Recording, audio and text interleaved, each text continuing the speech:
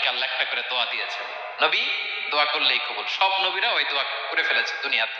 বিশ্ব নবী বলেন আমি করি নাই, আমি দুনিয়ার বুকে কঠিন বিপদে পড়েও কোনোদিন করি নাই। আমি আমার স্পেশাল দোয়াটা কিয়ামতের দিন আমার গুনাহগার উম্মতকে সুপারিশের জন্য রেখে দিয়েছি।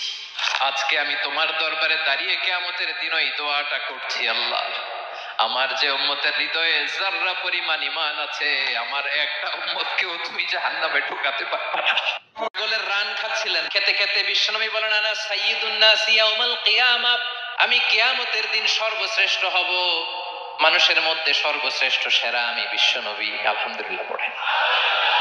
বিশ্বনবী বলেন সেদিনটা বড্ড ভয়ঙ্কর, সেদিন কেউ কারো কোনো উপকারে আসবে না, বন্ধু বন্ধুর কাজে আসবে না, স্ত্রী স্বামীর উপকারে আসবে না, স্বামী স্ত্রীর উপকারে আসবে না, পীর সাহেব মুরিদরে বাঁচাতে পারবে না, মুরিদ পীর সাহেবরে বাঁচাতে পারবে না, নেতা কর্মীর পরিচয় দিবে না, কর্মী নেতার পরিচয় দিবে না, ভাই বোনকে চিনবে না, বোন ভাইকে চিনবে না, বাবা তার সন্তানকে চিনবে না, মেয়েকে দেখে মা দৌড়ে দৌড়ে পালাবে।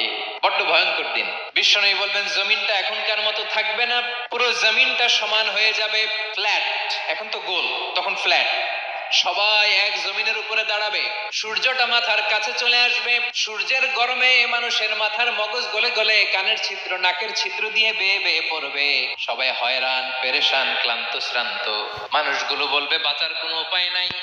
50,000 বছর মানুষ এরকম দৌড়াবে, চিৎকার করবে, কাঁদবে, বাঁচার কোনো উপায় নাই। সবাই বলবে আল্লাহ যদি বিচারটা শুরু করতো, যা হবার হবে, আগে বিচার শুরু করুন। বিচারই শুরু হয় না, বিচার শুরু হইতেই 50,000 বছর। আল্লাহ 50,000 বছর, 5,000, 15,000 না, 50,000 বছর এরকম যাবে। মানুষগুলো কাঁদতে কাঁদতে বলবে চলো আমরা আদম আলাইহিস সালামের কাছে যাই, যেন আল্লাহরে যে সুপারিশ করে, আল্লাহ আপনি বিচার শুরু করেন। কিয়ামতের ময়দানে সবাই মিলে সাইয়েদনা আদম আলাইহিস সালামের কাছে যেয়ে বলবে ইয়া আবাল বাশার ইয়া আউয়ালাল আম্বিয়া, ও আদম নবী আপনি দুনিয়ার বুকে প্রথম নবী, আল্লাহ নিজ হাতে আপনারে 60 হাত লম্বা করে বানিয়েছেন, আপনার সম্মানে ফেরেশতাদেরকে সেজদা দিতে বলেছেন, দুনিয়ার প্রথম নবী প্রথম মানুষ আপনি, আপনি আল্লাহরে যে সুপারিশ করেন যেন আল্লাহ বিচার শুরু করে।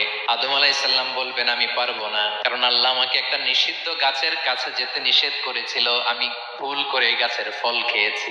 নাফসি নাফসি, আজকে আমার কি হবে আমি জানি না, আমি বড় লজ্জিত। আমারে যদি আল্লাহ জিজ্ঞেস করে কেন খাইছিলাম, আমার কোনো উত্তর নাই, তোমারে বাঁচামু কেমনে আমি?